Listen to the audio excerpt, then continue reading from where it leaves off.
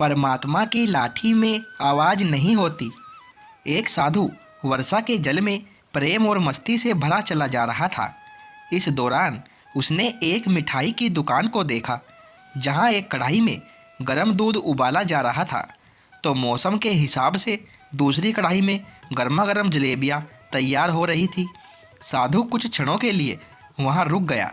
शायद भूख का एहसास हो रहा था या मौसम का असर था। साधु हलवाई को बड़े गौर से देखने लगा। साधु कुछ खाना चाहता था, लेकिन जेब ही नहीं थी, तो पैसे भला कहाँ से होते। साधु कुछ पल हाथ सेकने के बाद चला ही जाना चाहता था कि नेक दिल हलवाई से रहा न गया और एक प्याला गरम दूध और कुछ जलेबियाँ साधु को दे दी।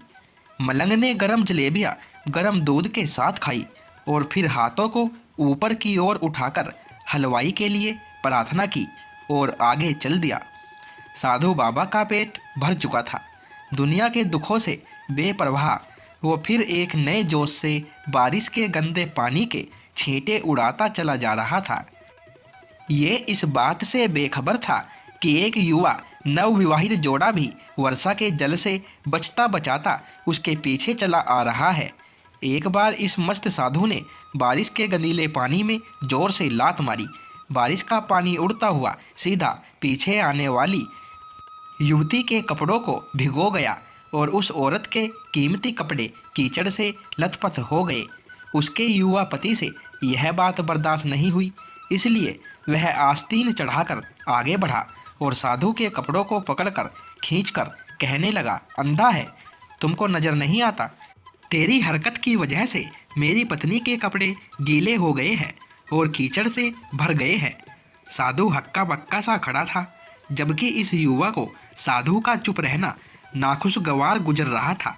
महिला ने आगे बढ़कर युवा के हाथों से साधु को छुड़ाना भी चाहा, लेकिन युवा की आंखों से निकलती नफरत की चिंगारी देख वह भी पीछे खिसकने पर मजबूर हो गई। राह चलते राहगीर भी उदासीनता से यह सब दृश्य देख रहे थे, लेकिन युवा के गुस्से को देखकर किसी में इतनी हिम्मत नहीं हुई कि उसे रोक पाते, और आखिर जवानी के नशे में चूर इस युवक ने एक जोरदार थप्पड़ साधु के चेहरे पर जड़ दिया। बूढ़ा मलंग थप्पड़ की ताब ना झेलता हुआ लड़खड़ाता हुआ कीचड़ में जा गिरा। युवक ने जब साधु को नीचे गिरता देखा तो मुस्कुराते हुए वहां से चल दिया। बूढ़े साधु ने आकाश की ओर देखा और उसके होठों से निकला, वाह मेरे भगवान, कभी गरम दूध जलेबियाँ और कभी गरम थप्पड़, लेकिन तू अगर चाहे मुझे भी वही पसंद है।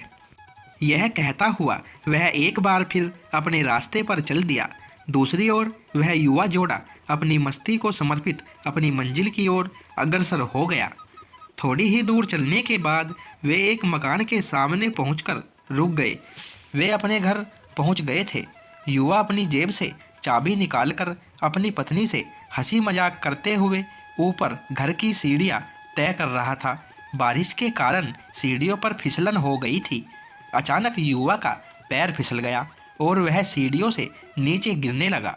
महिला ने शोर मचाकर लोगों का ध्यान पति की ओर आकर्षित करने लगी, जिसकी वजह से उसके संबंधी और दूसरे लोग तत्काल सहायता के लिए युवक की ओर लपके और अस्पताल ले गए।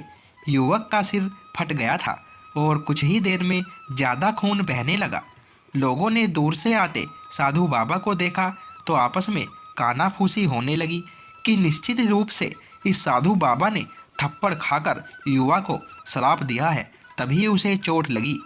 दूसरे युवकों ने यह बात सुनकर साधु बाबा को घेर लिया। एक युवक कहने लगा कि आप कैसे भगवान के भक्त हैं जो केवल एक थप्पड़ के कारण युवा को श्राप दे बैठे। भगवान के भक्त में रोष व गुस्सा हरगिज नहीं होता। आप तो जरा सी असुविधा पर भी धैर्य न कर सके। साधु बाबा कहने लगा, भगवान की कसम, मैंने इस युवा को श्राप नहीं दिया।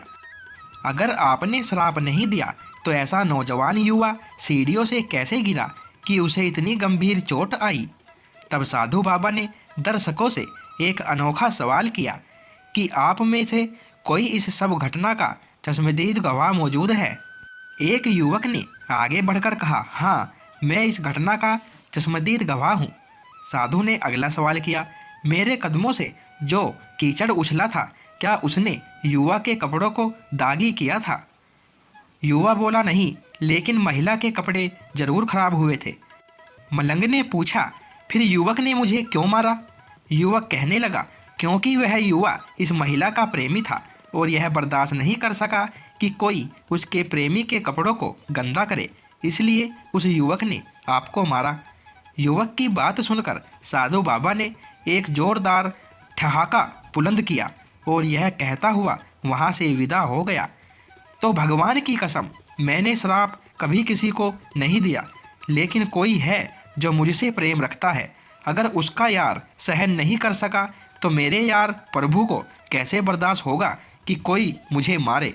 मेरा यार इतना शक्तिशाली है कि दुनिया का बड़े से बड़ा राजा भी उसकी लाठी से डरता है। सच है, उस परमात्मा की लाठी दिखती नहीं और आवाज़ भी नहीं करती, लेकिन पड़ती है तो बहुत दर्द देती है। अपने धन, यौवन और पद का अहंकार दूसरों को चोट पहुंचाने का कारण बनता है, किंतु जब समय का चक्र हमारी तरफ घूमता है तो हमारा कष्टों का दौर शुरू हो जाता है। हमारे कर्म ही हमें उसकी लाठी से बचाते हैं। बस कर्म अच्छे होने चाहिए। किसी को भी चोट पहुंचाना, खुद चोट खाने की तैयारी करना है। हमें अपने गलत कर्मों से डरना चाहिए, क्योंकि ईश्वर की लाठी में आवाज़ नहीं होती है। दोस्तों, वीडियो पसंद आई हो तो वीडियो को लाइक करें, शेयर करें और चैनल को सब्सक्राइब करें।